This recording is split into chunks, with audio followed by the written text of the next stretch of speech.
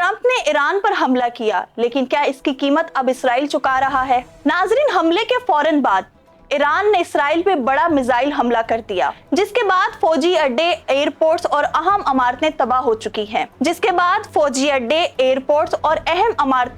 चुकी हैं। दूसरी तरफ ईरान ने स्ट्रेट ऑफ हॉर्मज बंद करने का ऐलान कर दिया है, जहां से दुनिया का 25% तेल और 33% गैस गुजरती है। नाजरीन, अगर ये रास्ता बंद हुआ तो आलमी मईशियत लरस जाएगी। ईरान ने अमेरिका के मिडिल ईस्ट के फौजी अड्डों को भी अपने निशाने पर रख लिया है। क्या ट्रंप का दांव उल्टा पड़ चुका है? और सबसे बड़ा सवाल, क्या ईरान अब अमेरिका और इस्राइल दोनों पर पलट कर वार करेगा? और क्या दुनिया एक बड़ी जंग की तरफ बढ़ रही है? आने वाले दिन सब कुछ बताएंगे, मगर अभी खतरा सरों पर मुंडला रहा है। मजीद जानते हैं भारत के मशहूर सहाफी दीपक शर्मा और अहमद काज़मी की खुसूसी गुफ्तगू से। काज़मी साहब, मेरा जो सवाल है वो ये है कि ट्रंप साहब ने ये जो कार्रवाई की है, बम गिराए हैं ईरान के न्यूक्लियर साइट्स पर, बहुत दिन से वो आप कह सकते हैं टारगेट किए थे इसको। उन्होंने चाल तो अपनी चल दी, लेकिन जिस तरह से ईरान ने रिटेलिएट किया है इजराइल में, जो हम तबाही का मंजर आज सुबह से देख रहे हैं, और ये भी खबरें आ रही हैं कि जो अमेरिका के बेसिस हैं, चाहे वो जॉर्डन में हो, कुवैत में हो, बहरीन में हो,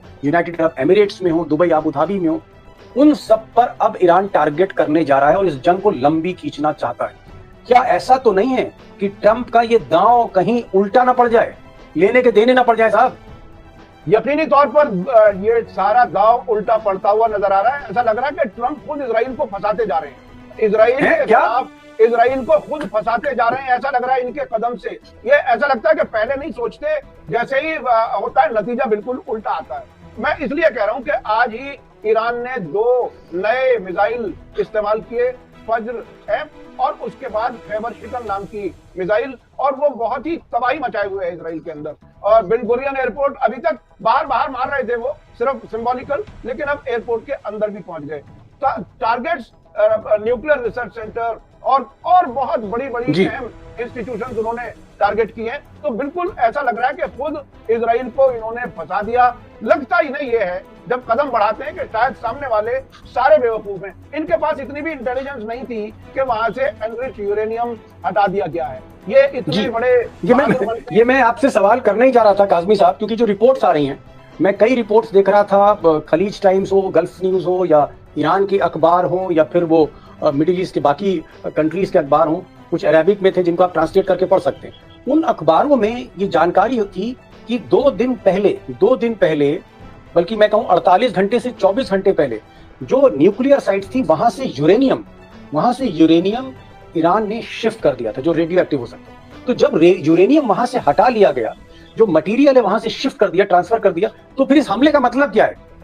अगर आप मेरे गोला बारूद पर आप अगर हमला कर रहे हो और मैं गोला बारूद वहां से शिफ्ट कर दूं, तो सिर्फ वेयरहाउस पर हमला करके क्या मिलेगा? ये मुझे समझ नहीं आ रहा है। ये देखिए, इनके पास इंटेलिजेंस की कमी।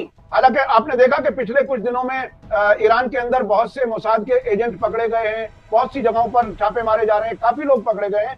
अब ऐसा लगता है कि उनकी ह्यूमन जो स्पाइंग है वो बहुत ही कमजोर है, और तकरीबन इसी तरह की हालत यमन में है। वहां भी उनके पास ह्यूमन स्पाइंग के लिए कोई खुफिया काम करने वाले लोग नहीं है। तो ये एक ऐसा नया सिलसिला शुरू हुआ है कि अब तक इजराइल लेजिटिमेट टारगेट बना था जब इजराइल ने हमला किया, अब अमेरिका भी लेजिटिमेट टारगेट बन गया। अब ईरान के मीडिया में ये बात खुल करके कही जा रही है, बाकायदा नक्शे दिखाए जा रहे हैं। आज प्रेस टीवी ने वो नक्शे दिखाए जहां अमेरिका के बेसिस हैं, और वो ये कह रहे हैं कि आज के बाद अमेरिकी सिटीजन्स, अमेरिकी फौजी इस इलाके में जहां भी हैं, वो हमारे लेजिटिमेट टारगेट हो जाएंगे। तो फायदे में कौन रहा, नुकसान में कौन रहा? ईरान को पूरा मौका दे दिया गया कि वो अमेरिका के खिलाफ भी भरपूर कार्रवाई करें और इजराइल के खिलाफ भी। किसको क्या मिला, ये बहुत अहम सवाल है।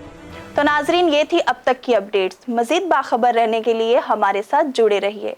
मिलती हूँ मैं आपसे अपनी अगली वीडियो में, तब तक के लिए अल्लाह हाफिज। वॉन कराची की वीडियोस देखने के लिए हमारा चैनल सब्सक्राइब कीजिए और बेल के आइकन को क्लिक कीजिए, ताकि आप हमारी तमाम आने वाली वीडियो से बाखबर रह सकें।